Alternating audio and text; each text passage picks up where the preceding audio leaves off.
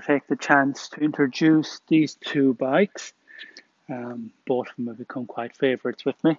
This side here is a 2003 Suzuki Van 125, and here is the Yamaha TW225. Now, they're two different machines, obviously different CCs. However, they're both available in very similar engines. The Suzuki comes in the 125 and the 200. On the Yamaha, they come in a 125, a 200, and this one, the 225. I think the US market has enjoyed the TW200 for decades, virtually unchanged. So, what are the two of them like? Well, they're great fun. You've seen my other videos. I've got an Africa Twin. I've got a DRZ 400. I've ridden a lot of the big Japanese sports bikes and owned them over the years. And these are not sports bikes. They will, however, give you great fun on the little windy roads and off-road. Now, some people will look at them and go, they haven't quite got the off-road credentials. You'd be surprised. You'd be very surprised at what they will do. It goes most places. And if you get into trouble, you just put your feet down. And if you have to drag it out, it's easy to do that too. So I really, really enjoyed this. The 225 comes as standard with a kickstand. This is an aftermarket stainless exhaust and an uprated bash plate, uprated foot pegs, hand guards, luggage rack, and a couple of useful little bags when you're out on the trail. This one is again fairly close to standard. Originally this year would have been a white front and rear mudguard. These ones are in black. So what do I think of the two of them? This one I had first, and because I fell in love with this one, I got this one. This is a real fun little bike. If you think that you only want litre plus bikes, have a go at one of these. I say they're only low speed, gentle off-road, green lanes, forest tracks, but they just bring back the fun to riding that you'd probably started out with.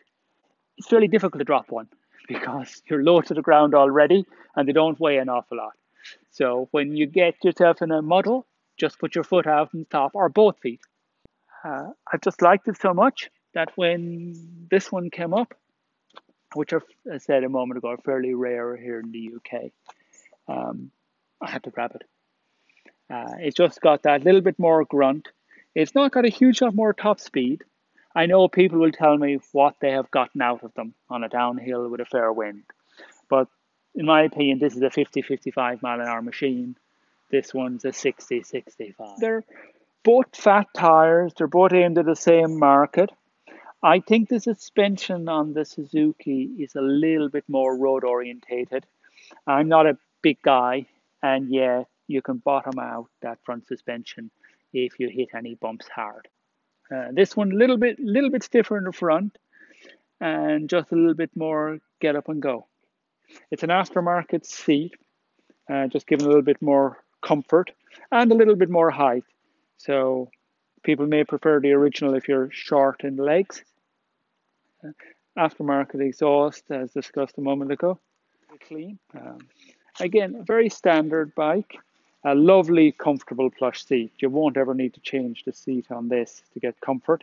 I believe they're the original foot pegs. I like bright colors on these fun bikes. Again, looking at the clock arrangement on this one, it's very simple. Again, this one's in miles per hour, the original British market, 16,333. So there's not a huge amount of mileage difference between the two of them. I would think that in the same CCs, there'd be very little difference between the two of them. Right, let's start up the Suzuki and you can hear what it's like. Now, the thing about the Suzuki is also, with the original can on it, it's very, very quiet. If you want to use it where you might disturb other people and they might complain about the noise, I know that shouldn't be the thing, but it is sometimes, then this is so quiet. Listen.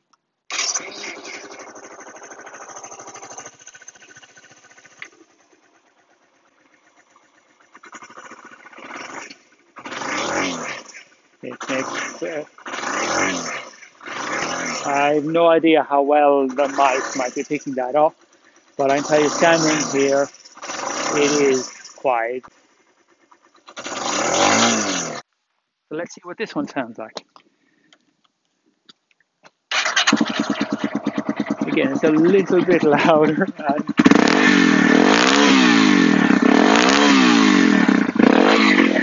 I'm sure that's topping out the audio on the mic.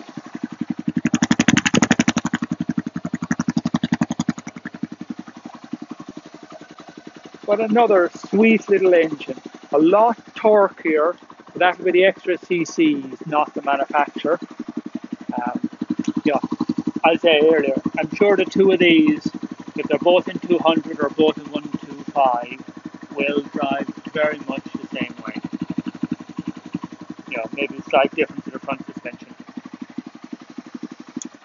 If the battery lets you down, all you need to do is start it the old-fashioned way. And okay, the engine is slightly warm, but to be honest, it's still only one kick when it's cold. They've made this possible partly by installing a decompression mechanism, even though it's such a small engine.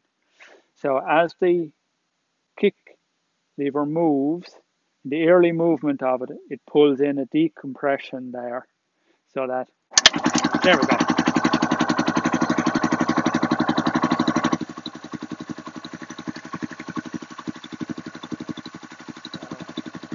It's a kickstart you can operate with your hand.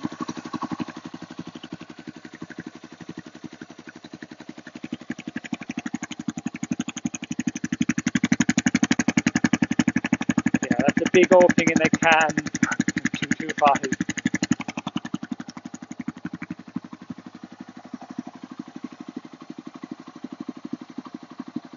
Which one do I prefer? Probably a push come to shove, the 225. It's got a little bit more get up and go. It'll do everything the 125 will plus a little bit, but then that's not fair on comparing different engines. Two of them in the same engine, very, very little between them. I might lean to the Yamaha a little, but that's just a personal thing. I've really come to like the Suzuki. It's quiet. It's really easy to ride. Lovely little bike.